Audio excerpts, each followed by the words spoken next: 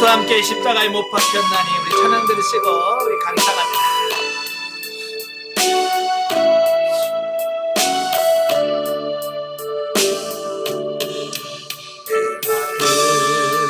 그리스도가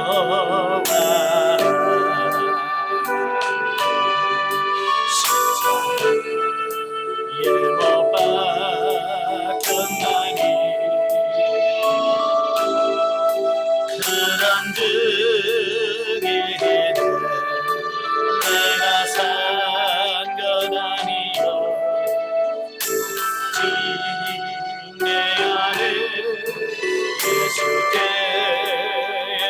예수께서 사신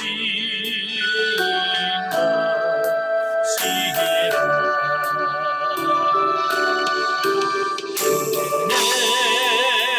내가 육체 가운데 사는 것은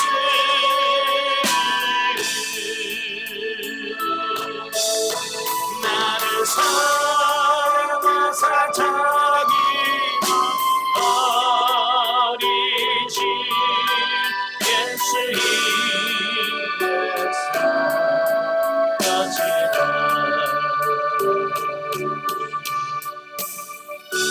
아멘. 기도하겠습니다. 은혜로우신 아버지 감사합니다.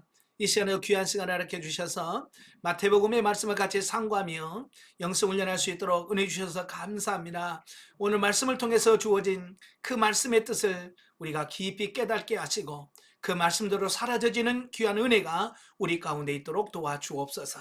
시동을 주님께 맡겨오며 예수님의 이름으로 감사하며 기도합나이다. 아멘. 자, 오늘 이 시간에는 마태복음 27장 보도록 합니다. 마태복음 27장은 예수님의 십자가의 순환을 전후해서 일어난 사건들을 설명하고 있습니다. 자, 27장 1절부터 10절까지 보시면 가룟 유다의 자살에 대한 말씀을 합니다. 자, 우리 27장 1절부터 10절까지 우리 같이 보죠. 새벽에 모든 대제사장들과 백성들의 장로들이 예수를 죽이려고 함께 의논하고 결박하여 끌고 가서 총독 빌라도에게 넘겨주니라. 그때에 예수를 판 유다가 그의 정죄됨을 보고 스스로 뉘우쳐 그 은 30을 대제사장들과 장로들에게 도로 갖다 주며 이르되 내가 무죄한 피를 팔고 죄를 범하였도다 하니 그들이 이르되 이것이 우리에게 무슨 상관이냐 내가 당하라 하거늘 유다가 은을 성소에 던져놓고 물러가서 스스로 목매어 죽은지라. 대제사장들이 그 은을 거두며 이르되 이것은 피값이라 선정고에 넣어둠이 옳지 않다 하고 은은한 후 이것으로 토기장에 밭을 사서 나그네의 묘지를 삼았으니 그러므로 오늘날까지 그 밭을 피밭이라 일컬었느니라. 이에 선지자 예레미야를 통하여 하신 말씀이 이루어졌나니 일러스되 그들이 그 가격 매긴 자 곧 이스라엘 자손 중에서 가격 매긴 자의 가격 곧 은 30을 가지고 토기장의 밭값을 주었으니 이는 주께서 내게 명하신 바와 같으니라 하였더라. 아멘. 자, 여기서 본문에 보면 가룟 유다의 자살에 대한 말씀이 나오거든요. 자, 여기서 가룟 유다의 자살은 곧 무엇을 의미하냐면 예수님의 무죄, 죄가 없다는 사실을 판명하는 어떤 그런 중요한 근거가 된다라고 하는 거예요. 가룟 유다가 왜 자살했을까요? 뭐 때문에? 양심의 가책을 가졌단 말이에요. 왜 양심의 가책을 받았어요? 무지한 자를 팔았으니, 돈 욕심 때문에 무지한 자를 팔았단 말이에요. 그 양심의 가책을 받게 되어서 그가 자살을 했다 그 말이에요. 사절에 보면 내가 무지한 피를 팔고 죄를 범하였도다 그랬잖아요. 만약에 예수님이 죄인이었다면, 진짜 죄인이었다면 가룟 유다가 양심의 가책 받을 일이 있어요, 없어요? 예수님이 진짜 죄가 있다면 내가 잘했지 그러지 양심의 가책 받을 일이 없는 거예요. 그 예수님 무지하니까 양심의 가책을 받는 거죠. 예. 자, 그러니까 가룟 유다는 그래도 그 양심이 조금 있었단 말이에요. 근데 이 대제사장들과 이 장로들은 그런 양심이 없어요. 그러니까 뭐는 야 그게 우리가 무슨 상관 있어? 그냥 네가 네 건 당해. 예. 그래서 죄 없으신 예수님을 그냥 죽이는 거예요. 이게 화인 맞은 양심이라고 말하거든요. 화인 맞은 양심이라고 하는 것은 불로 지져가지고 양심이 아예 자극이 되지 않는, 감각이 없는 그런 상태를 가리키는 거예요. 오늘 이 시대에 저와 여러분이 양심이 살아있어야 돼요. 우리가 훈련 과정에서 그 영의 기능 중에 기능이 3가지가 있다고 말씀드렸어요. 첫째가 양심이에요. 그 다음에 영교, 그 다음에 직관이라고 하는 3가지 기능이 있어요. 영의 고유한 기능이에요. 그러니까 양심은 우리 영에서, 살아있는 영에서 나오는 기능이 양심이에요. 그래서 영성이 형성이 되면 그 양심이, 죽었던 양심이 회복이 되어집니다. 그래서 전에는 죄로 여기지 않았던 부분들이 죄로 여겨집니다. 왜? 양심이 살아나기 때문에 그래요. 그래서 여러분들 양심이 살아있어야 돼요. 아시겠죠? 자, 이러한 사실은 예수님께서 죄가 없으셨으나 불의한 자들의 악한 괴계로 잡히셨음을 보여주는 결정적인 증거가 된다. 특별히 마태가 가룟 유다의 자살 사건을 산헤드린이 예수님을 빌라도에 넘겨준 기사와 예수님께서 빌라도에게 신문을 받으신 기사 사이에 언급하는 것은 산헤드린 공회의 그 사형 결정이 허위와 조작으로 말미암았음을 보여주기 위함이라고 볼 수 있는 거죠. 예. 사실은 이 본래 그 재판할 때 보면 소송한 사람이 죽으면 그 재판은 무효가 돼요. 공소권이 없어서 그냥 끝나버리는 겁니다. 그죠? 가룟 유다가 자살했으니까 어쩌면 이게 더 이상 재판이 성립이 안 돼요.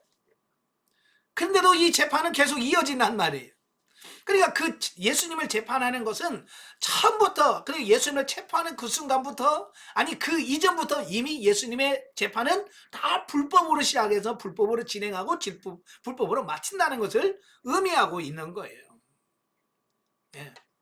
자, 그리고 이 또한 가룟 유다의 자살은 본 전장에 나오는 그 베드로의 부인과 회개 장면과 대비를 이루는 바, 끝까지 자기 자신의 죄를 진실로 회개하지 못하고 또다시 중대한 죄를 범한 가룟 유다의 어리석음이 여실히 드러나고 있다. 예. 그러니까 이 베드로도 범죄했잖아요. 예수님 3번 모른다고 부인했어요. 근데 베드로는 뭘 했냐면 회개를 했어요. 그래서 그가 다시 사도로서 사명을 감당하게 되죠. 근데 이 가룟 유다는 회개할 기회를 놓쳤어요. 그냥 양심의 가책을 받으니까 그냥 몸에서 죽어버린 거예요. 그래서 베드로와 가룟 유다 똑같이 죄를 지었지만 베드로는 회개했기 때문에 용서를 받게 되고 가룟 유다는 회개하지 않았기 때문에 그는 구원받지 못했을 거라고 보는 겁니다. 그래서 우리가 성경에서 이 회개가 얼마나 중요한지를 우리에게 보여주고 있습니다. 그죠? 죄 안 지은 사람 누가 있어요? 이 중에서 죄 안 지은 사람이 있어요? 없어요. 다 죄인입니다. 그러나 죄인은 2가지 중에 하나예요. 회개한 죄인이 있고 회개 안 한 죄인이 있어요. 그래서 천국은 누가 가느냐? 회개한 죄인들은 천국 가고 회개하지 않은 죄인들은 지옥에 가는 거예요. 그만큼 회개가 중요한 겁니다. 자, 가룟 유다는 죽기 전에 예수님을 팔고 은 30을 받았는데 그 은 30을 그냥 성전에다가 던져놓고, 왜 안 받으니까. 예. 그래서 그냥 은 30을 성전에다 그냥 버리고 그냥 가서 자살해 버렸어요. 그러니까 제사장들도 그 돈을 다시 받아서 성전 그 금고에다 넣기는 또 찝찝한 거예요. 그죠? 그래서 그들이 야 이거 어떻게 할까? 그러다가 토기장의 밭을 사서 그 나그네의 묘지를 삼자. 그래서 결국은 토기장의 밭을 사가지고 나그네 묘지를 삼았어요. 근데 그것이 이미 스가랴서 11장 13절의 예언과 너무 똑같다는 말이에요. 하나님께서는 이미 그걸 다 아시고 그렇게 말씀하셨어요.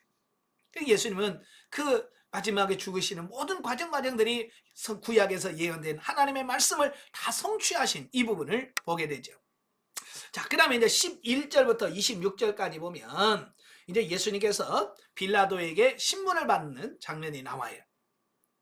자, 한번 읽어보겠습니다. 11절부터 26절까지 우리 같이 읽겠습니다. 예수께서 총독 앞에 섰음에 총독이 물어 이르되 내가 유대인의 왕이냐? 예수께서 대답하시되 내 말이 옳도다 하시고 대제사장들과 장로들에게 고발을 당하되 아무 대답도 아니하시는지라. 이에 빌라도가 이르되 그들이 너를 쳐서 얼마나 많은 것으로 증언하는지 듣지 못하였느냐 하되 한마디도 대답하지 아니하시니 총독이 크게 놀라워 하더라.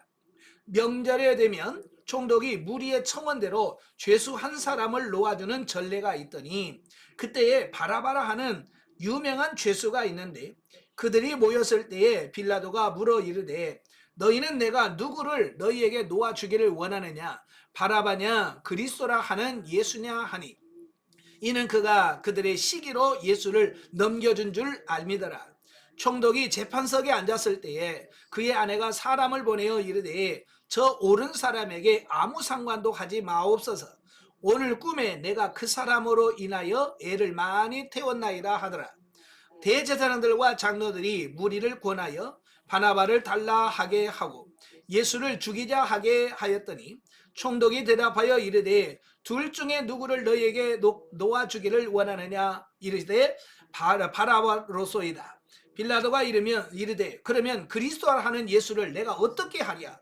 그들이 다 이르되 십자가에 못 박혀야 하겠나이다. 빌라도가 이르되 어찌미냐? 무슨 악한 일을 하였느냐? 그들이 더욱 소리질러 이르되 십자가에 못 박혀야 하겠나이다 하는지라. 빌라도가 아무 성과도 없이 도리어 밀란이 나려는 것을 보고 물을 가져다가 무리 앞에서 손을 씻으며 이르되 이 사람의 피에 대하여 나는 무죄하니 너희가 당하라. 백성이 다 대답하여 이르되 그 피를 우리와 우리 자손에게 돌리지어다 하거늘. 이에 바나바는 그들에게 놓아주고 예수는 채찍질하고 십자가에 못 박히게 넘겨주니라. 아멘. 자, 그 유대 종교 지도자들은 그 사전의 각본, 자기들이 짠 그 각본에 따라서 예수님에게 신성 모독죄를 적용해서 사형을 결의합니다. 네, 그것은 26장 66절에 나와요. 자, 당시 유대는 로마의 식민지였기 때문에 그 비록 사내들인 공예라 할지라도 사형을 선고하거나 집행할 수 있는 권한은 없었습니다. 사람을 사형할 수 있는 그 사형권은 어디에 있냐면 그때 당시 로마에서 파송한 로마의 총독만이 합법적으로 사형을 선고할 수 있는 권한이 있었던 거예요. 그래서 그들은 자기들끼리는 사형에다 정해놓고 죽일 권한이 없기 때문에 그 권한이 있는 빌라도에게 이송을 시켜서 그에게 합법적인 사형을 시켜달라고 요청을 하는 겁니다. 다시 말하면 불법을 합법화하려고 하는 악한 의도가 그 안에 담겨져 있는 거예요. 참 이건 정치권에서 많이 활용하죠. 그지? 예, 정치사를 보면 항상 이런 것들이 있어요. 불법을 합법화시키는. 자, 빌라도에게 이송된 예수님께서는 두 차례에 걸쳐서 신문을 받습니다. 예. 첫 신문에서 빌라도는 예수님에게서 아무 죄도 발견할 수 없었다라고 말합니다. 때문에 그는 유대인의 명절에 죄수를 특별 사면하는 전례를 따라서 예수를 놓아주려고 했다라고 하는 겁니다. 자, 그 때문에 그는 유대인의 명절 죄수를 사면하는 전례에 따라서 예수님을 놓아주고자 했어요. 그래서 무리들로 하여금 바나바라 하는 죄수와 예수님 중에서 양자택일을 하도록 요구를 합니다. 자, 여러분, 재판장이 재판에서 죄가 없어요. 그럼 뭐라고 해야 돼? 무죄 석방 끓여야 되잖아요. 근데 이 빌라도가 무죄 석방을 안 하고 백성들의 눈치를 살살 보면서 양자택일이라. 이 죄가 양자택일할 문제입니까? 그죠? 바나바를 풀어줄까? 예수를 풀어줄까? 그러고 있다가 말이에요. 그러니까 이게 문제가 이제 더 꼬여지는 거예요. 예, 그러니까 나름대로 노력을 한 거죠. 자, 그런데 유대 종교 지도자들이 백성들에게 이미 사주를 다 했거든요. 예? 너 바나바를 풀어달라고 해라. 그러니까 백성들은 뭐 압니까? 그냥 시키면 시킨 대로 하는 거지. 예, 그러니까 바나바 풀어달라 막 그러는 거야. 그러니까 이 빌라도가 보니까 자기 계획하고 달려가는 거예요. 이 바나바가 너무 악한 사람이기 때문에 그래도 착한 예수를 풀어달라고 그럴 줄 알았는데 이 양심이 마비된 사람들이 바나바를 풀으려고 예수를 십자가 못 박으라고 소리를 지르는 겁니다. 그래서 빌라도는 누구보다도 유대 종교 지도자들이 지닌 그 음모를 정확하게 파악하고 있었지만 구태여 예수님 때문에 그들과 극단적인 갈등을 야기하고 싶지는 않았다는 겁니다. 특히 유대 종교 지도자에 의하여 선동된 군중들이 일으킬지도 모르는 폭동을 우려해서 그는 예수님을 십자가에 못 박으라고 내어주었다는 겁니다. 자, 그러니까 이 빌라도는 공의를 지켜야 되는 거예요. 공의. 악과 죄를 분명하게 분별해서 악은 처벌하고 선은 권장하고 이렇게 해야 되는데 이 사람 눈치 보다가 그들은 누구를 두려워한 거예요? 하나님 두려워한 거예요? 아니면 사람들을 두려워한 거예요? 사람을 두려워해서 이게 분명히 무죄인데도 불구하고 무죄라고 선포하지 못하고 얼렁뚱땅 넘어가려고 하다가 도리어 그들에게 걸려 넘어가져가지고 무죄하신 예수님을 십자가 못 박으러 그들에게 내어줄 수밖에 없었다라고 하는 이 부분을 보게 돼요. 그래서 어때요? 지금 2000년이 지난 지금도 예배 드릴 때마다 어때요? 빌라도에게 고난을 받으시고 그래 그 집이 잘 살겠어요? 수많은 예수 믿는 사람들이 사도신경을 고백할 때마다 빌라도에게 고난을 받으시고 그 가게가 복을 받겠냐고요. 빌라도 귀가 가려워서 살겠어요? 예배 드릴 때마다 그 얘기하니까. 그래서 결국 빌라도는 그렇게 해서 그걸 자기 총독의 자리를 지키려고 했지만 예수님을 십자가 못 박고 나서 얼마 못 돼서 그가 쫓겨나게 돼요. 추방을 당합니다. 그래서 고을 저 북쪽 지방까지 추방이 돼요. 그래서 거기서 비참하게 죽어요. 만약에 그가 정의를 세우면서 안 돼! 무죄! 하고 석방했으면 또 모르지. 역사가 어떻게 바뀌었는지 모르겠지만. 자, 어차피 예수님 십자가에 가셔야 되니까 그 계획 아닐까요? 하나님 계획. 네네. 근데 어쨌든 예수님은 십자가 못 박혀 죽어요. 그러나 그 예수님이 십자가 못 박혀 죽는데 도구로 쓰임 받느냐, 쓰임 받지 않느냐라고 하는 부분에서 굉장히 차이가 있는 거예요. 예. 자, 한편 본문에 나타난 유대 군중의 돌변한 모습은 예수님의 예루살렘 입성을 열렬히 환호해야 모습과는 대조적인 모습을 보임으로써 변절하기 쉬운 연약한 인간의 내면을 여실히 드러내주고 있다. 이 말이 무슨 말이냐면 며칠 전만 해도 그 예수님이 예루살렘에 올라갈 때 그들이 뭐라고 그랬어요? 호산나 다윗의 자손이여 그러면서 우리를 구원하소서 그러면서 막 그 종려나무 가지를 흔들면서 맞이했던 사람들이에요. 그 사람들이. 근데 그 며칠 지났다고 그 마음이 변해가지고 십자가에 못 박아라 못 박아라 이러고 있다 그 말이에요. 그게 천하에 믿을 수 없는 게 뭐예요? 사람의 마음인 거예요. 그게 여러분의 마음도 그러면 돼 안 돼? 여러분의 마음도 그렇게 갈대처럼 왔다 갔다 하면 안 됩니다. 우리 믿음과 우리의 마음은 일양 주님만 하나님만 섬기는 여러분의 삶이 되셔야 돼. 예. 또 여기서 우리가 한 가지 주목해야 될 부분이 있는데 바로 빌라도와 이스라엘 백성들의 태도입니다. 먼저 빌라도는요 예수님을 처형시키도록 내어주면서 유대의 관습을 흉내냅니다. 그래서 많은 사람들 앞에서 물로 손을 씻으면서 나는 여기에 아무 상관없다 나는 무지하다 이제 그걸 모든 사람 앞에 무관한 것처럼 가장을 꾸밉니다. 이건 신명기 21장 1절부터 9절까지 보면 그게 뭐냐면 어디에 사람이 죽었어요. 예, 죽었는데 누가 죽였는지 몰라. 그랬을 때 어떻게 처리할 거냐라고 하는 부분이죠. 그러니까 그 시체가 있는 데서 가장 가까운 거리를 재가지고 가장 가까운 성읍의 장로들이 와서 소를 잡아서 그 소를 대신 죽으면서 우리는 여기에 상관이 없습니다. 예, 우리는 이 사람 죽은 것과 상관이 없습니다. 라고 하면서 손을 씻거든요. 예, 바로 그걸 흉내내는 겁니다. 사실 이건 흉내내서 되는 건 아니잖아요. 그죠? 흉내낸다고 되는 건가? 뭐 손 씻는다고 뭐 사람 죽여놓고 나 손 씻었으니까 난 죄 없어. 그 됩니까? 안 되죠. 그래서 지금도 어때요? 그가 아무리 무죄를 주장해도 그가 이미 무지하심을 알면서도 십자가에 처형하도록 내주었기 때문에 그는 엄청난 죄악을 범한 겁니다. 그래서 그는 자신의 무죄를 주장함에도 불구하고 예수님을 죽인 책임자로 규정되어서 2000년 동안 그리스도인들의 저주의 대상이 되었고, 앞으로 주님 그리스도께서 재림하실 때까지도 계속 그 저주는 끊이지 않을 거다. 그죠? 예수님 다시 오실 때까지 계속 빌라들에게 고난을 받으시고 계속 그럴 거예요. 자, 그 다음은 뭐냐면 유대인들의 태도예요. 네, 유대인의 태도는 그 예수님을 죽인 책임을 자신과 자손들에게 떠맡겠다고 자초하잖아요. 그죠? 필라도가 이상한 거예요. 왜 그 자꾸 죄 없는 예수님을 왜 죽이려고 하는지. 예. 그러니까 뭐라고 그래? 손 씻으면서, 네? 이 사람의 피에 대하여 나는 무지하니 너희가 당해라. 필라도가 그런 거예요. 그러니까 그들이 뭐라고 그래요? 그 피를 우리와 우리 자손에게 돌리소서. 예, 우리 자기들과 자기 자손에게 돌려달라는 거야. 참, 그게 무슨 의미인지를 몰랐던 거예요.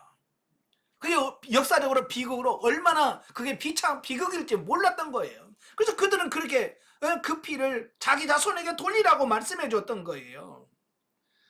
그래서 AD 70년 예루살렘이 로마의 티도 장군에 의해서 멸망당할 때 그때 멸망당한 유대인의 숫자가 110만 명입니다. 110만 명이 그때 죽어요. 우리가 잘 아는 것처럼 제2차 세계대전 당시 독일에서 이 유태인들이 학살을 당하잖아요. 그 학살당한 유대인의 숫자가 600만 명이에요. 이건 세계사에서도 전무후무한 비극입니다. 그들이 그걸 알았다라고 한다면 그렇게 하겠습니까? 몰라서 그랬겠죠. 단지 그들은 자기가 싫은 사람 예수를 처단하려고 하는 어떤 그런 부분에서 그냥 너무 쉽게 그렇게 피값을 자기들에게 자손에게 돌려달라고 함으로 인해서 역사적으로 그런 비극들이 나타나는 사실이에요. 여러분, 죄에 대해서는 반드시 하나님의 심판이 있습니다.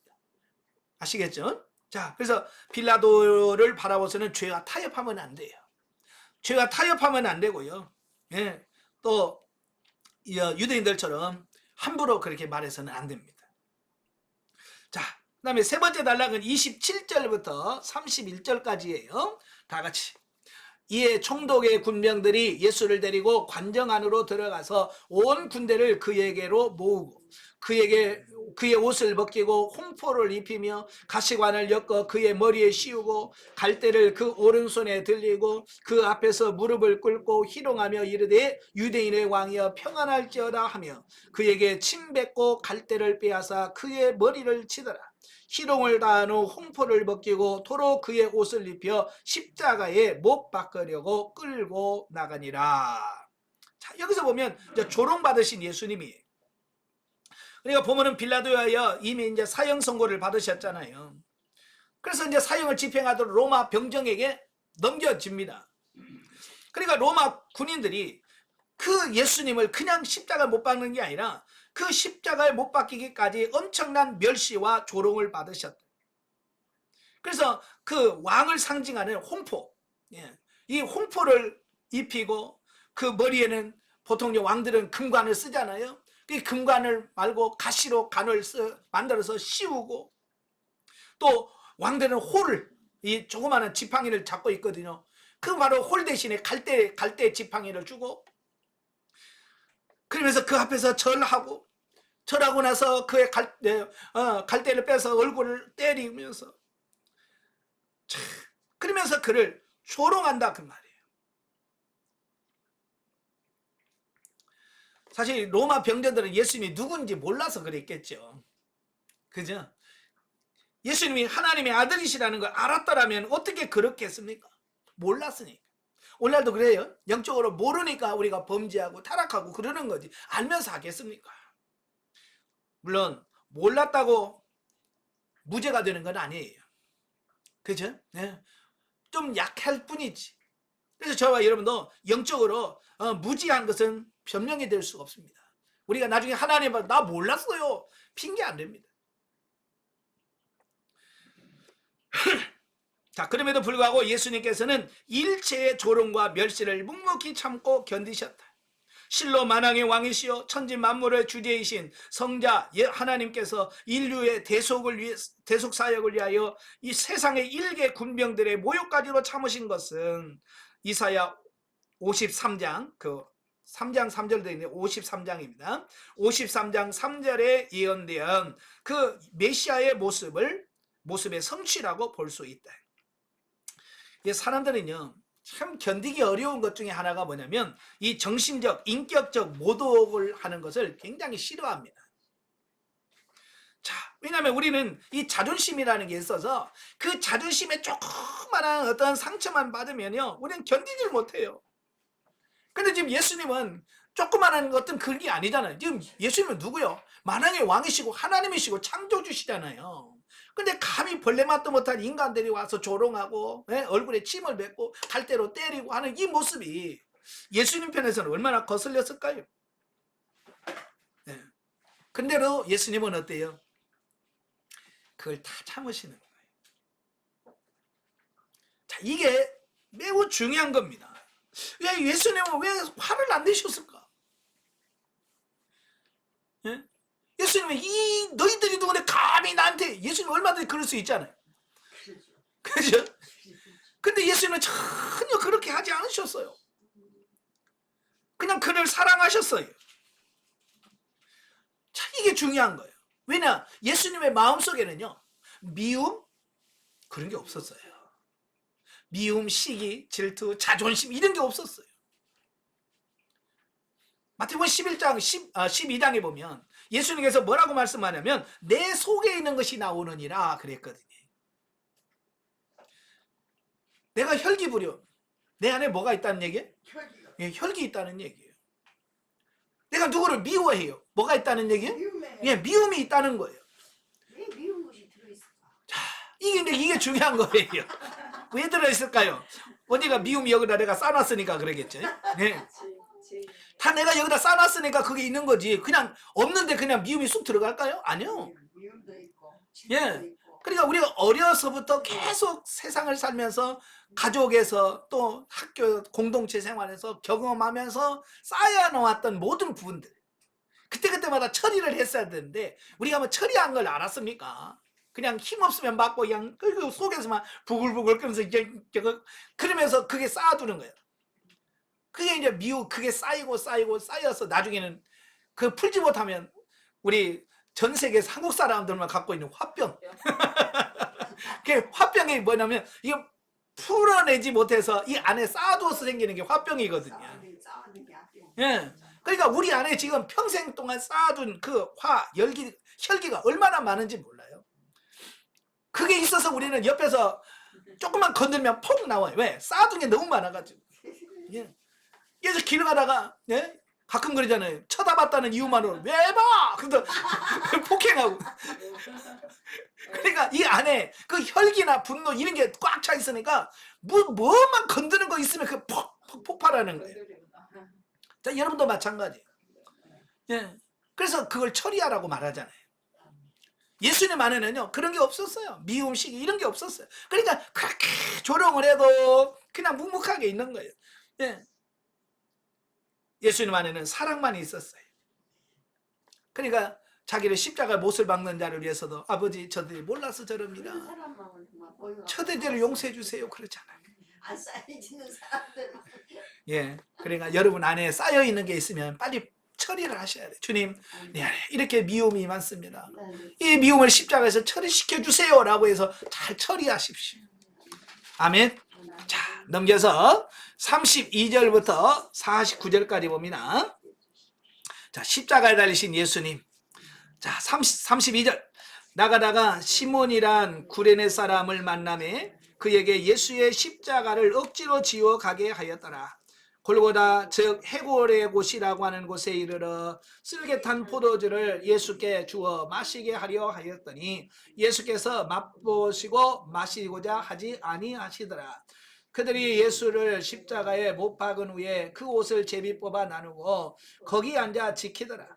그 머리에 이는 유대인의 왕 예수라 쓴 죄패를 붙였더라. 이때 예수와 함께 강도 둘이 십자가에 못 박히니 하나는 우편에 하나는 좌편에 있더라.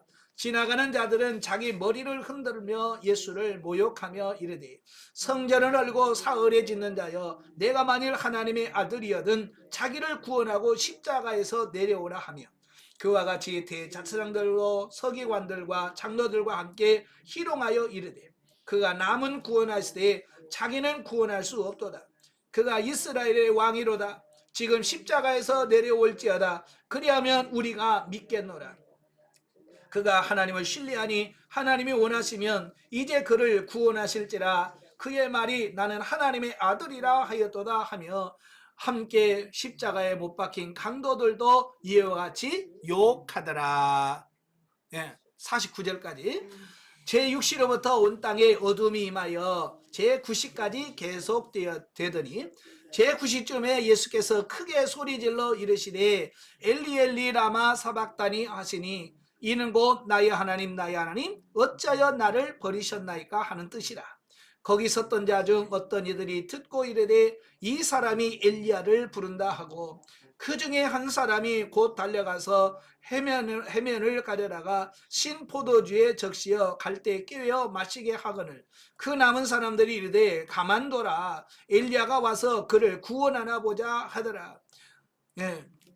49절까지. 자 보면은 로마 군병들에 의하여서 희롱을 다 하신 예수님께서는 이제 드디어 골고다로 끌고 가서 십자가에 못 박히는 장면으로, 자 본문에서는 예수님과 강도 둘과 함께 십자가에 못 박히셨는데요, 이는 만왕의 왕이요 하나님의 아들이신 예수님께서 강도 취급을 받으신 것이다 라고 하는 것을 보게 됩니다. 예수님은 은 30을 팔렸어요. 은 30은 뭐라고 그랬어요? 노예 한 사람의 몸값이라고 그랬잖아요. 그러니까 노예 몸값을 받았다는 말은 예수님을 뭔 취급했다는 얘기요? 예, 노예 취급했다는 얘기요. 또 예수님이 그 사형당할 때 예수님과 같이 또 사형당한 사람이 누구냐면 강도 둘이 또 있었어요. 그러니까 강도들하고 예수님을 같이 사형시켰다고 하는 말은 예수님도 똑같이 강도 취급했다, 그 얘기밖에 안 되는 거예요. 그러니까 예수님에 대해서 굉장한 모욕이죠. 그죠? 또 예수님께서 오전 9시에 십자가에 못 박혀 오후 3시까지 6시간 동안을 십자가에서 고통을 당하셔야만 했다. 뿐만 아니라 예수님께서는 십자가에서 또 다시 유대 종교 지도자들의 무리와 또 심지어는 그와 함께 십자가에 달렸던 강도들에게조차도 멸시와 조롱을 받으셨다라고 하는 겁니다. 예, 그래서 많은 사람들이 뭐라고 그래? 네가 정말 하나님의 아들이면 십자가 내려와. 그럼 우리가 너 믿겠다 라고 조롱을 합니다. 예. 심지어 옆에 같이 죽는, 십자가에 못 박혀 죽는 강도마저도, 예? 야, 나도 좀 구해줘봐. 그러면서 조롱을 하는 거예요. 실로 예수님께서는 엄청난 육체적 고통과, 그렇죠? 십자가에 대해서 손과 발을, 생사를 찔러놨으니 얼마나 아프겠어요. 그죠? 그 육체적 고통뿐만 아니라 옆에서 막 그 말하는 그게 전부 다 가시처럼 예수님의 마음에 찔릴 거 아니에요. 이건 정신적 고통까지 당하신 것이다. 그러나 예수님께서 가장 견디기 어려웠던 것이 뭐냐면 인간의 모욕이나 육체적인 고통이 아니라 십자가의 죽으심으로 인하여 잠시나마 성부 하나님과 단절될 수밖에 없는 영적 고뇌였다라고 하는 거예요. 예수님이 제일 무서워했던 게 뭐냐면 하나님과 단절되는 거예요. 그래서 엘리 엘리 라마 사박다니 나의 하나님 나의 하나님 어찌하여 나를 버리셨나이까 라고 하는 어떤 이런 부분, 어찌보면 인간이 겪는 고난 중에서 가장 큰 고난이 뭐냐면 이런 하나님과의 단절되는 영적 고뇌가 가장 큰 거예요. 저도요 그 훈련 받으면서 중간중간에 바로 이 하나님을 느끼지 못하게 하는 그런 기간들을 하나님께 두시더라고요. 야, 그때는요 진짜 세상 살맛이 안 나요. 찬송을 해도 맛이 안 나고 뭘 해도 맛이 안 나는 그 단계가 오는 거예요. 예, 하나님이 안 계신 것 같고 그냥 하나님은 나를 버린 것 같고요. 하여간 막 그런 식의 와요. 한 번씩 경험을 해요. 그게 엄청난 고난, 고통이에요. 그게 바로 영적인 고난이거든요. 바로 예수님이 가장 힘들었던 게 그거예요. 그래서 엘리 엘리 라마 사박다니, 나의 하나님 어찌하여 나를 버리십니까? 왜 하나님께서 예수님을 버릴 수밖에 없었냐면 인류의 모든 사람의 죄를 예수님이 다 뒤집어 쓰셨잖아요. 예수님이 제일 싫어하는 게 뭐예요? 죄예요. 그러니까 예수님이 죽으시는 그 순간 인류의 모든 죄악을 다 짊어지셨으니 하나님께서 그를 버릴 수밖에 없었다라고 하는 거예요. 그죠? 그래서 그 순간은 하나님께서 해도 빛을 가려버리시고, 그러니까 우리를 구원하신 것이 그냥 대충 구원한 게 아니에요. 그러니까 우리가 구원받았다는 이게 얼마나 감사한지 몰라요. 자, 하지만 온 인류를 위해 자신을 대속제물로 바치시기로 결심하셨던 예수님께서는 모든 고난을 친히 감수하시고 끝까지 하나님의 뜻에 순종하셨다라고 하는 거예요. 그 정신적 고통, 육체적 고통, 또 영적 고통까지 겪으면서 주님은 끝까지요, 하나님 뜻에 순종하셨어요. 그래서 우리의 구선자가 되었고 우리를 구원할 수 있었다라는 거예요. 자, 한편 로마 군병들은 예수님을 못 받기 전에 그에게 쓴 포도주를 마시게 하죠. 쓸개탄 포도주. 이 쓸개탄 포도주는 뭐냐면 지금은 이제 진통제라는 게 있잖아요. 근데 옛날에는 그 진통제라고 하는 게 없잖아요. 그래서 이 많이 육체적인 고통을 받는 사람에게 있어서 약간의 그 진통을 좀 덜 느끼게 하는 방법이 뭐냐면 포도주에다가 쓸개를 타서 먹이면, 쓸개가 워낙 쓰잖아요. 그죠? 워낙 쓴 그것 때문에 육체의 고통을 잠깐 좀 덜하게 만든대요. 이게 뭐냐면 이런 거예요. 옛날 그 모기한테 물려가지고 가려운데 약은 없고, 그럼 어떻게 해요? 손톱으로 이렇게 십자가를 긋잖아요. 이렇게 꾹꾹 눌러서, 그죠? 그러면 덜 가려워요. 왜냐? 이거 손톱으로 꾹 누르면 이 고통이 가. 고통이 들어가. 그러면 그 육체의 고통이 잠깐 그 가려움을 살짝 이겨. 그래서 좀 덜 가려워. 그러면 우리는 그게 안 가려울 거라고 생각하는데, 사실은 이 누르는 아픔이 크기 때문에 가려움을 조금 살짝 가려주는 것 뿐이거든요. 마찬가지로 이 쓴 포도주를, 쓸개탄 포도주를 주었어요. 예수님이 그 고통을 조금이라도 덜 느끼시려면 마시면 좋잖아. 근데 예수님 맛보니까 쓸개탄 포도주에 그냥 안 마셔버려요. 이 무슨 말이에요? 예수님께서는 그 모든 고난을 그냥 다 받으셨다라고 하는 것을 의미하고 있어요. 또 십자가에 못 박은 후에 그의 옷을 제비 뽑아서 나누고, 이건 시편 69편 21절과 22절 18절의 예언의 성취고요.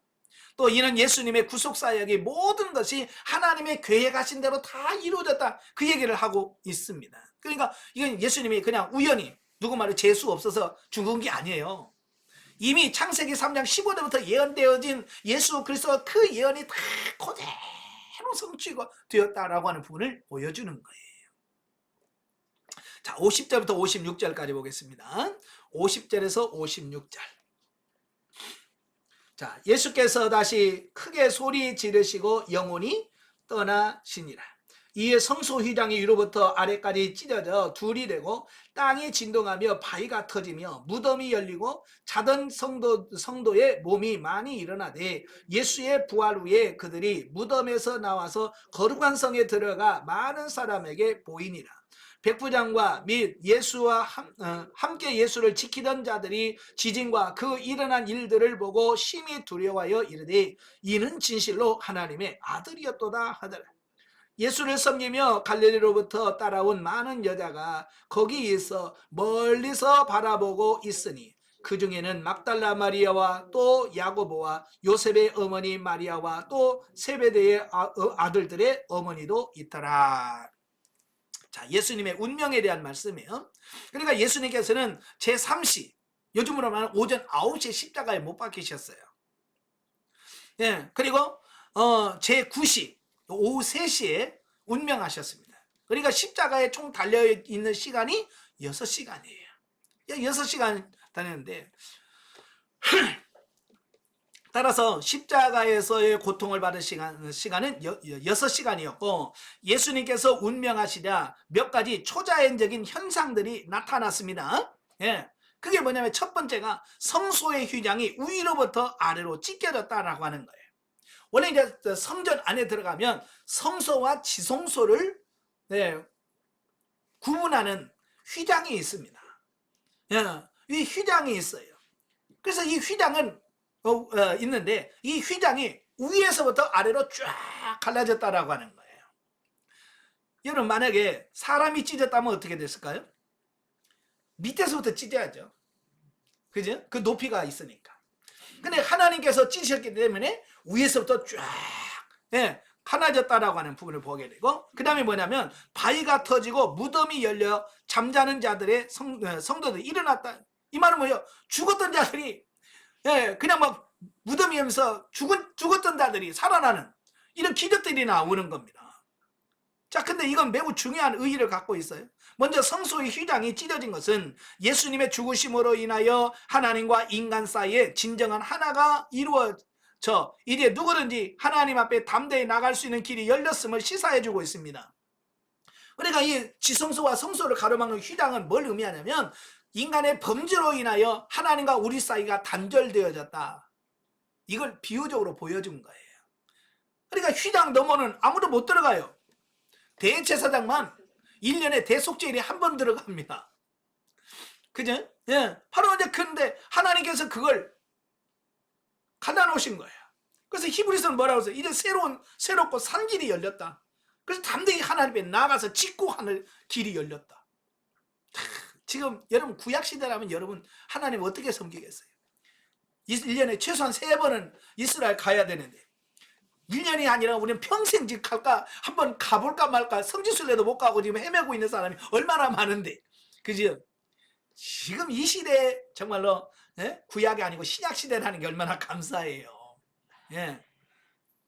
이제는 이제 어디든지 그냥 하나님 앞에 아버지 그러면 집이나 산이나 들이나 지하나 상관없어. 하나님 앞에 바로 갈 수 있는 길이 열린 거예요. 그게 휘장이 갈라짐으로써 이제 그 길을 하나님이 열어놓으신 거예요. 예. 그리고 성소의 휘장이 위에서부터 아래로 찢어졌다라고 하는 것은 하나님과 인간 사이의 화해의 주체가 인간이 아니라 하나님입니다. 이 하나님이 열어놓으셨다 그 얘기를 하고 있고요. 또 무덤이 열리고 자던 성도들이 일어난 사건은 장차 십자가의 은혜로 구속받은 성도들이 영원한 부활을 맞게 될 것이라고 하는 사실을 예표하며 앞으로 죽은 자들이 다 예수님이 공중에 구름 타고 오실 때 다 부활할 거라는 것을 상징적으로 보여주고 있고요. 죽음의 권세가 더 이상 성도를 지배할 수 없음을 의미합니다. 그래서 그 이후에 예수님의 죽으심을 경험한 이후에는 뭐예요? 성도들이 죽음을 두려워하지 않아요. 죽음의 노예가 안 됩니다. 그래서 초대교회에서 엄청난 순교자가 나온 거죠. 왜? 죽음을 그전에는 죽음 그러면 벌벌벌 떨어요.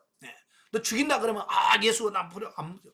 그런데 이제는 신약 시대에 들어가면서 뭐예요? 죽인다 그래도 그래서 나는 예수 안 믿어. 난 부인 못해. 그래서 정말 초대교회에서 엄청난 순교자가 나왔습니다. 왜? 죽음을 그냥 이겨버리는 죽음을 이기는 이런 두려움에서 사라지는 이런 은혜가 있었기 때문에 가능했다라는 거예요. 자, 57절부터 66절까지 보겠습니다. 자, 57절 66절. 자, 저물었을 때에 아리마대의 부자 요셉이라 하는 사람이 왔으니 그도 예수의 제자라. 빌라도에게 가서 예수의 시체를 달라 하니 이에 빌라도가 내주라 명하거늘 요셉이 시체를 가려다가 깨끗한 세마포로 싸서 바위 속에 판 자기 새 무덤에 넣어두고 큰 돌을 굴려 무덤 문을 열고 놓고 가니 거기 막달라 마리아와 다른 마리아가 무덤을 향하여 앉았더라. 그 이튿날은 준비일 다음 날이라. 대제사장들과 바리새인들이 함께 빌라도에게 모여 이르되 주여 저 속이던 자가 살아있을 때에 말하되 내가 사흘 후에 다시 살아나리라 한 것을 우리가 기억하노니 그러므로 명령하여 그 무덤을 사흘까지 굳게 지키게 하소서.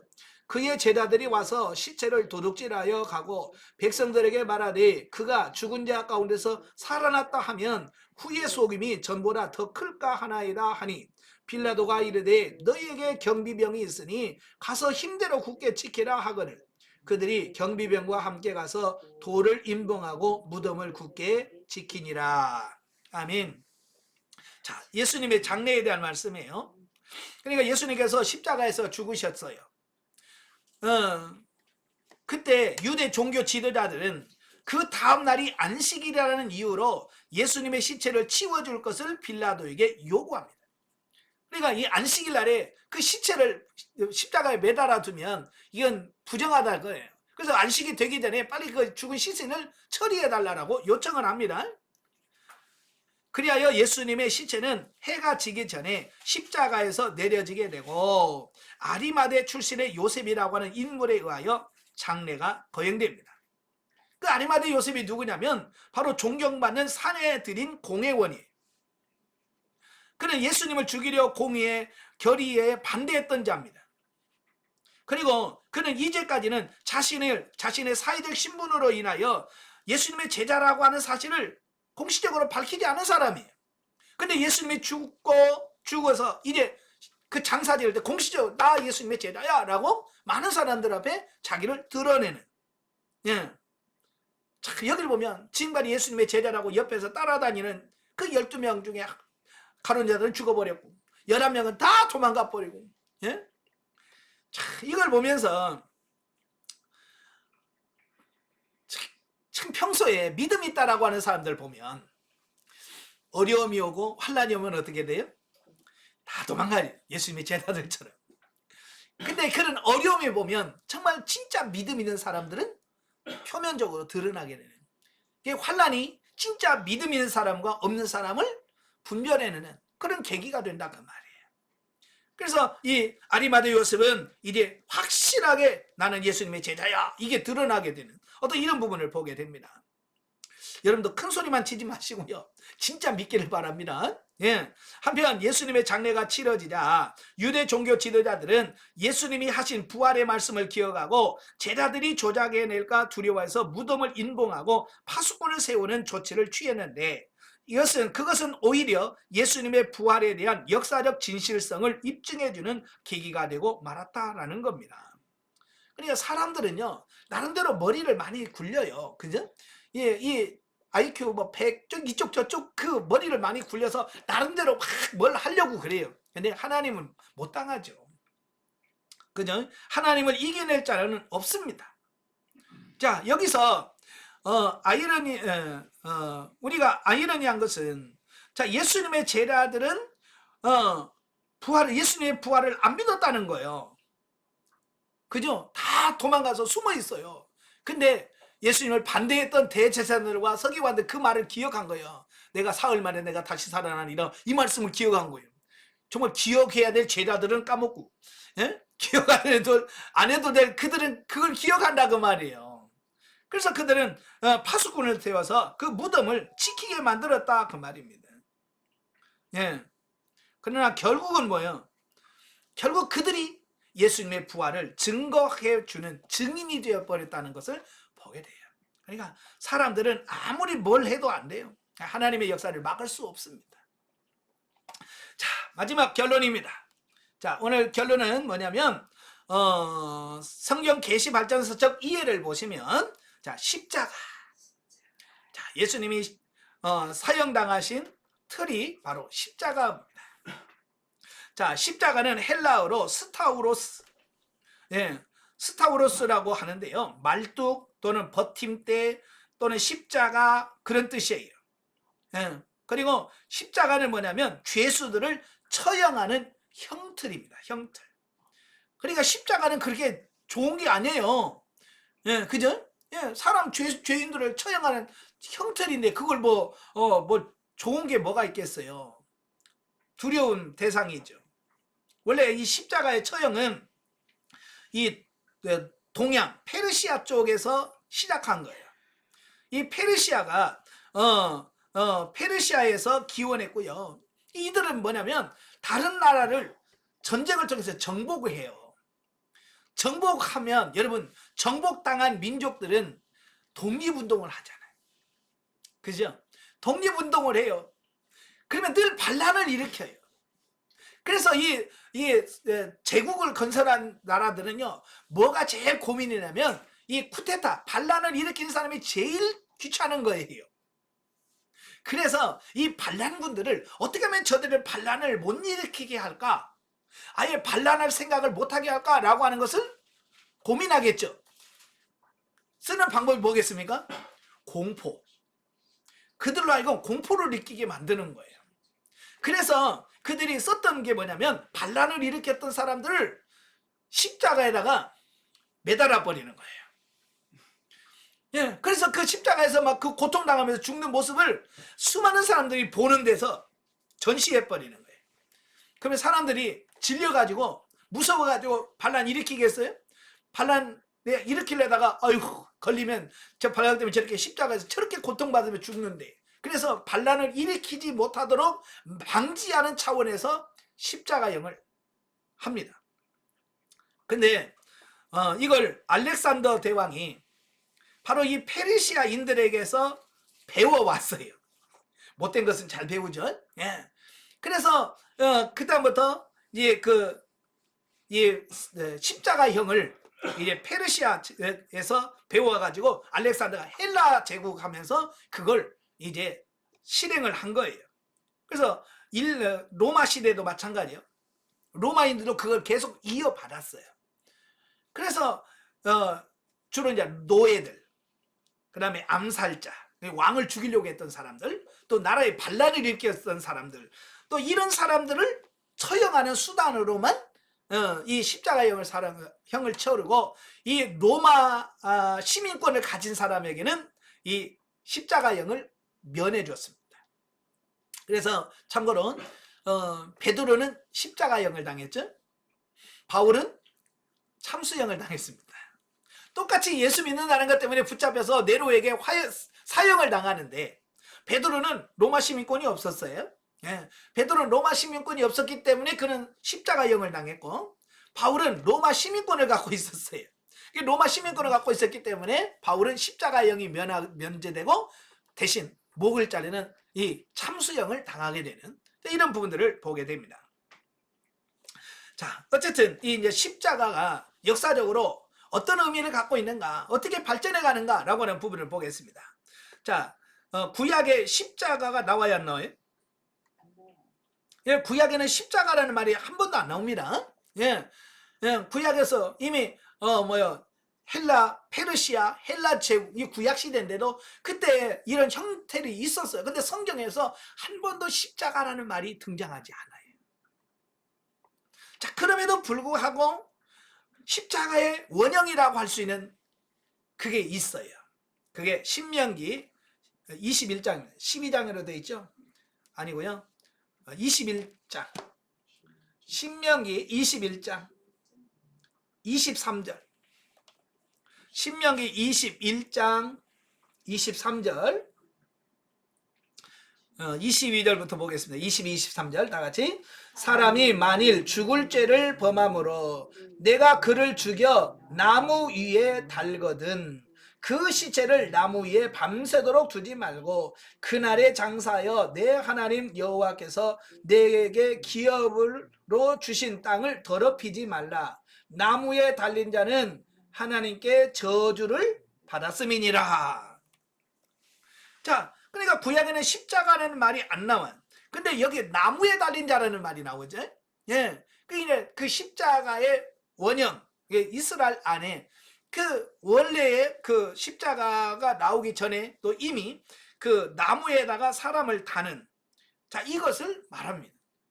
그러니까 이 나무에 단다라고 하는 말은 그러니까 아주 흉악범들, 이 흉악범들을 그를 사형을 하고 나서 많은 사람들에게 경각심을 주기 위해서 나무에다가 매달아 놓습니다. 바로 이제 이게 바로 신명기에 나오는 바로 그런 거예요. 그러니까 사형을 시킨 다음에 그 시신을 나무에다 이렇게 매달아 놔요. 그래서 계속 죽어 있는 게 매달리면서 지나간 사람한테 저 사람 왜 죽었대?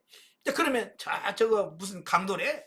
그러면 강도 당하면 저렇게 죽는구나. 그래서 사람들에게 경각심을 줘서 그 죄를 짓지 못하도록 하는 방지 차원에서 나무에 달아놓는, 이게 이스라엘 성경에도 벌써 나와요.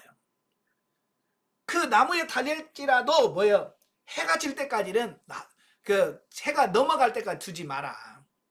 그걸 말씀해 주면서 마지막에 나오는 게 뭐냐면, 나무에 달린 자는 하나님께 저주를 받았습니다. 이렇게 표현해 놨거든요. 자, 지금도 이스라엘 유대인들은요, 예수님을 메시아로 인정 안 합니다. 예수님을 메시아로 인정 안 해요. 그 예수님을 메시아로 인정하지 않는 근거가 뭐예요? 여기에요. 나무에 달린 자마다 하나님께 저주받은 자가, 예수님은 십자가 나무에 달렸다, 이 저주받은 사람이야. 근데 어떻게 메시아가 될 수 있냐? 요거예요. 아시겠죠? 예. 바로 이 신명기의 말씀을, 똑같은 말씀인데도 불구하고 유대인들은 그걸 받아들이지 못하는 거예요. 나무에 달린 자마다 하나님이 저주받은 사람인데 어떻게 그가 우리의 메시아가 될 수 있냐? 왜 메시아가 될 수 없어? 라고 주장하는 이유가 되기도 한다, 그 말이에요. 어쨌든 구약에서도 이 죄인들을 처리할 때 나무에 달라서 처리하는 이런 과정이 있었습니다. 또 예수님의 십자가의 사건을 예표하는 또 하나의 사건이 있었죠. 자, 민수기 21장. 민수기 21장. 자, 4절부터 9절까지 보시면, 자, 민수기 21장 4절부터 9절까지. 민수기 21장 4절부터 9절 다 같이 읽겠습니다. 백성이 호르산에서 출발하여 홍해길을 따라 에돔 땅을 우회하려 하였다가 길로 말미암아 백성들의 마음이 상하니라.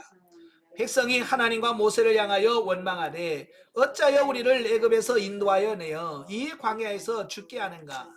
이곳에는 먹을 것도 없고 물도 없도다. 우리 마음이 이 하찮은 음식을 싫어하노라 하매 여호와께서 불뱀들을 백성 중에 보내어 백성을 물게 하심으로 이스라엘 백성 중에 죽은 자가 많은지라. 백성이 모세에게 이르러 말하되 우리가 여호와와 당신을 향하여 원망함으로 범죄하였사오니 여호와께 기도하여 이 뱀들을 우리에게서 떠나게 하소서. 모세가 백성을 위하여 기도하매 여호와께서 모세에게 이르시되 불뱀을 만들어 장대 위에 매달아라. 물린 자마다 그것을 보면 살리라. 모세가 놋뱀을 만들어 장대 위에 다니 뱀에게 물린 자가 놋뱀을 쳐다본즉 모두 살더라. 자, 이스라엘 백성들이 길을 가다가 길이 너무 험한 거예요. 그러니까 하나님을 불평하고 원망하는 겁니다. 그러니까 하나님께서 그렇게 구원해 줬건만 그 원망하고 불평하는 그걸 싫어해서 불뱀을 막 광야에 불뱀을 다 보냈어요. 그래서 막 이스라엘 사람들 와서 불뱀이 막 무는 겁니다. 이 불뱀이 물면 죽어가는 거예요. 고통 속에서. 그러니까 그들이 그때서야 하나님 잘못했습니다. 회개합니다. 그래서 모세한테 와가지고 우리가 하나님과 당신에게 범죄했다. 우리 용서해달라. 우리 살려좀 달라. 그래서 모세가 하나님께 기도하니까 하나님께서 뭐라고 말씀하냐면 너 놋뱀을 만들어서 장대 위에 달아라. 그래서 불뱀에 물린 자들마다 이 놋뱀을 쳐다만 보면 산다. 자, 그래서 모세가 빨리 놋뱀을 만들어서 달아서 사람들에게 뱀에 물린 자마다 이 뱀을 봐라. 그러면 산다. 그랬죠. 그래서 그 뱀을 쳐다본 사람은 딱 치료가 받고 회복이 되어집니다. 다 봤을까요? 고집센 사람은 안 봤겠죠. 믿음없는 사람, 야, 그까이 그거 본다고 사냐? 안 봤겠죠. 그럼 죽는 거예요. 자, 이걸 비유로 설명해 왔으면 예수님 뭐라고 그래요? 광야에서 놋뱀이 들린 것처럼 나도 들려야 하리니. 예수님도 바로 그 놋뱀 사건을 바라보면서 그 놋뱀이 누구냐? 바로 십자가에 달린 자기 자신이라고 말씀하라고 있다라고 하는 거예요. 예. 그래서 뭐요? 쳐다보면 사는 것처럼 믿으면 사는 거예요. 그래서 십자가에 달린 예수님을 믿으면 우리가 그냥 구원받는 거예요. 뭐 특별한 거 없어요. 이게 신명기와 민수기 이 두 사건이 바로 예수님의 십자가의 사건을 예표한다라고 하는 거예요. 그러다가 이제 오늘 본문에 마태복음 27장에 보면 이게 이제 실제적으로 십자가의 형이 집행되어지는 예수님 십자가에 처형되어지는 이 부분들을 보게 됩니다. 구약은 예표와 모형이라고 그랬죠. 그죠? 예표와 모형과 그림자예요. 한번 정리해 보면, 자, 오늘 구속사 계시발전서를 보면,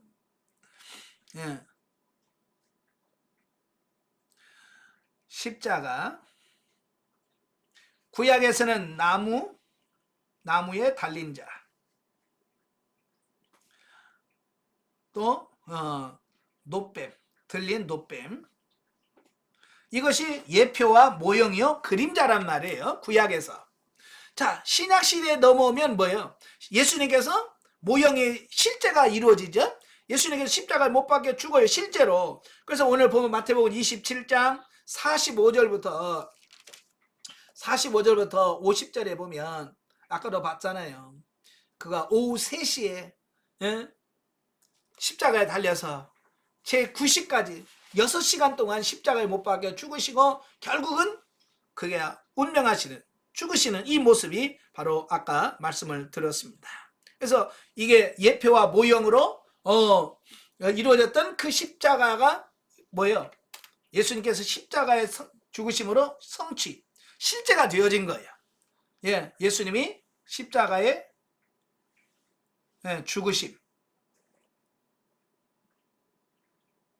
죽으심으로 성취됐단 말이에요.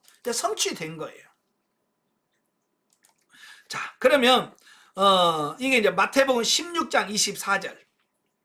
마태복음 16장 24절 보면, 그러면 오늘날도 우리도 십자가에 못 박아야 되잖아요. 그죠? 그렇다고 해서 진짜 여러분 언덕에다가 십자가 세워놓고 진짜 못 박혀서 죽습니까? 이제 그걸 말하는 거 아니겠죠? 이래 성령 시대, 교회 시대의 십자가는 뭐냐?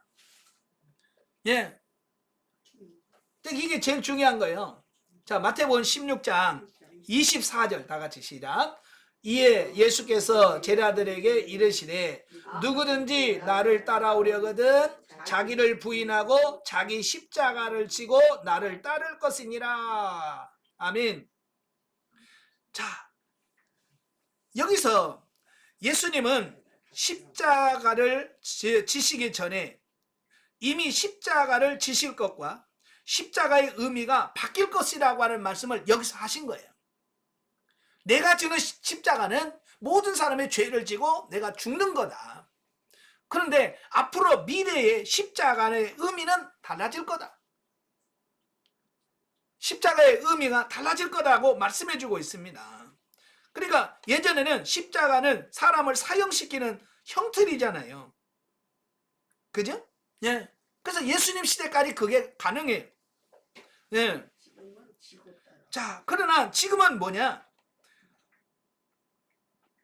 내 자아, 내 자아를 처리하는 거예요. 아시겠죠? 그게 더 정확하게 말씀한 게 뭐냐? 갈라디아서 2장 20절이에요. 자, 5번째 고린도전서 15장 한번 보겠습니다. 자, 5번째 그 옆에 고린도전서 15장 31절. 이 예수님이 말씀하신 이 부분을 명확하게 깨달은 사람이 누구냐? 사도 바울이에요. 그래서 사도 바울이 뭐라고 말씀하냐면, 뭐라고 말해요? 나는 날마다 뭐한다? 죽노라 그랬어요. 자기는 십자가에서 날마다 죽노라. 여기서 죽는다는 것이 뭘 말하겠습니까? 육체의 생명을 말하는 거예요? 여기서 말하는 것은 자아를 말하는 겁니다. 자아의 죽음을 의미한다. 육신에서 나오는 여러 가지 악성, 독성, 죄성, 육신의 욕심, 욕망, 이런 것들을 말하는 거예요. 이런 것들이 날마다 십자가에서 죽어지는 과정이 이제는 신약 시대에, 성령 시대에 있어야 될 부분이다. 아시겠죠? 자, 그래서 이래 갈라디아서 2장 20절에 보면, 갈라디아서 2장 20절 우리가 잘 아는 말씀이죠. 아까 우리 찬양도 불렀는데요. 내가 그리스도와 함께 십자가에 못 박혔나니 그런 적 이제는 내가 사는 것이 아니요 오직 내 안에 그리스도께서 사신 것이라. 이제 내가 육체 가운데 사는 것은 나를 사랑하사 나를 위하여 자기 자신을 버리신 하나님의 아들을 믿는 믿음 안에서 사는 것이라. 예, 여기서 예수님이 십자가에 못 박혀 죽었듯이 나도 죽었다는 거예요. 예, 여기서 내가 죽었다라고 하는 것은 뭐예요? 육적 자아 또 죄악 이것이 죽어졌다라고 말씀해주고 있는 겁니다. 그래서 예수님이 죽으셨을 때 거기에서 나의 자아, 나의 욕심 이것이 다 죽었어야 돼요. 어때요 여러분? 다 죽었나요? 살아있나요? 이게 살아있어요. 이게 문제야. 다 죽었어야 되는데 그죠? 예수님이 십자가 못 박을 때 다 죽었어야 되는데 이게 살아있어요. 근데 그게 문제라고 말이에요. 원론적으로는 예수님이 십자가에 못 박혀 죽을 때 다 죽었다는 겁니다. 근데 아직 살아있죠. 살아있어요. 그래서 뭐라 그래? 5장 갈라디아서 5장 24절. 자, 다 같이. 그리스도 예수의 사람들은 육체와 함께 그 정욕과 탐심을 십자가에 못 박았느니라. 예, 성령의 열매를 맺으려고 하다 보니까 육신에 있는 이 육적인 모든 부분들을 십자가에 다 못 박았느니라. 아직도 여러분 박지 않고 살아있는 부분이 있다면 십자가에 못은 박아야 돼. 그래서 지금도 여러분 아버지 내 안에 혈기가 있습니다. 이 혈기를 십자가에 못 박아주세요. 하나님 내 안에 아직도 미워하는 감정이 있네요. 십자가에 못 박아주세요. 하나님 내 아직도 이게 있네요. 이 감정을 십자가에서 못 박아주세요라고 계속해서 십자가에 못을 박아야 돼. 그래서 처리를 해야 돼. 그래야 여러분이 하나님의 말씀 진리로 사는 삶이 되는 거예요. 그렇게 가르쳐줘도 안 해. 예, 안 해요. 그러니까 이 안에 처리를 해야 되는데 이게 처리가 되지 않고 계속 쌓여요. 그러니까 결국은 돼요. 참았다가 펑 터뜨려가지고 하면 난리가 나요. 난리 나서 또 살 맛이 없네요. 그러고 그러지 말고 순간순간 발견될 때마다 아버지 내가 아직도 내 안에 이런 욕심이 있었습니다. 주여 십자가에서 처리시켜 주세요. 혈기 날 때마다 하나님 이 혈기를 십자가에서 처리시켜 주세요 라고 하며 빨리빨리 그걸 처리를 해서 십자가의 못을 막아서 없애져야지. 그래야 내 안에서 그런 게 없어요. 아까도 말했죠. 예수님은 그렇게 조롱을 받으면서도 혈기 한 번 안 내. 인상 한 번 안 써. 왜? 이 안에 미움이 없어요. 근데 우리는 이 안에 어렸을 때부터 미움이 꽉 찼어요. 예? 그러니까 웃는 사람만 봐도 왜 웃어? 기분 나쁘게. 그런단 말이에요. 웃는데 기분 나쁩니까? 내 안에 미움이 가득 차니까 그 웃는 사람 봐도 기분 나쁜 거예요. 그 사람의 문제가 아니라 내가 문제란 말이에요. 오늘 같이 웃어줘도 예. 왜 웃냐고 하지 말고. 그렇죠. 내 안에 미움이라든 시기라든 이게 없는 사람은 사람이 웃으면 같이 웃어주는 거예요. 근데 그게 없으니까 시비를 거는 거죠. 왜 웃어? 내가 웃어? 그러면서 그거 뭐냐 내가 아직 처리되지 않은 그게 남아있기 때문에 그런 거예요. 그러니까 빨리 그런 부분을 놓고 아버지 내가 아직도 이렇게 쫌생이네요. 예? 내가 아직 내 속에 밴댕이네요. 그러면서 하나님 이걸 처리시켜 주세요 라고 기도하면서 처리해 가야 돼. 그래야 예수님처럼 정말로 아버지 저들이 몰라서 저럽니다. 십자가에 못을 박는 그들을 향해서도 용서의 기도를 할 수 있는 사람이 되는 거예요. 아시겠죠? 자, 십자가를 다시 한번 정리해 보죠. 자, 구약에서는 나무에 달린 자 또는 노뱀을 통해서 예수의 십자가를 모형과 예표로 보여줘요. 자, 그 다음에 예수님께서 실제로 예수님께서 십자가에 못 박혀 죽으심으로 이걸 성취하십니다. 자, 이걸 이제 신약시대에 우리에게 적용하면 뭐라고 그랬어요? 네, 갈라디아서 2장 20절에 보면 뭐의 죽음?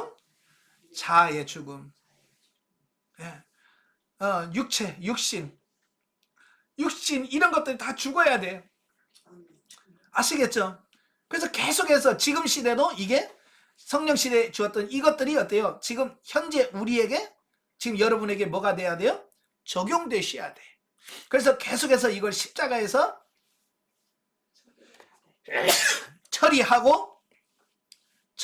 처리받아야 돼. 그래야 변화되는 거예요. 그래야 새하늘과 새 땅에 들어가서 누림이 예, 결정이 되어지는 거예요. 아시겠죠?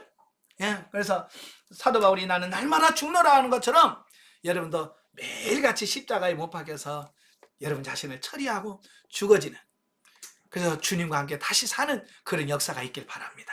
기도하겠습니다.